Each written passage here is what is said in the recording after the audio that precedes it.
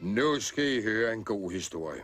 En gang, hvor jeg var taget ud at fiske, gjorde jeg en kæmpe fangst. Det endte desværre med, at den slap fra mig igen, men det var ikke min egen skyld. Jeg og jætten Hymer var ude på det gigantiske hav, der omgiver verden for at fange Midgårdsormen. Som krog brugte jeg et anker, og som mading et oksehoved.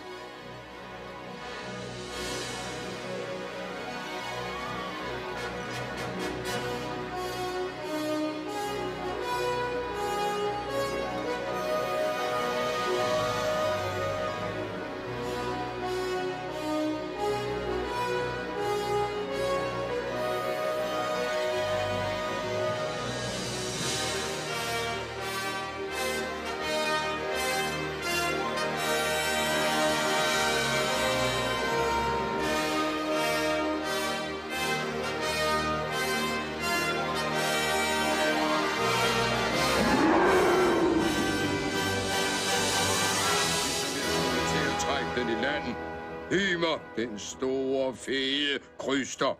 Og Midgårdsormen, den slap selvfølgelig væk. Jeg burde være for klog til at tage på fisketur med en jætte. De jætter, de er nogle slapsvanse. Men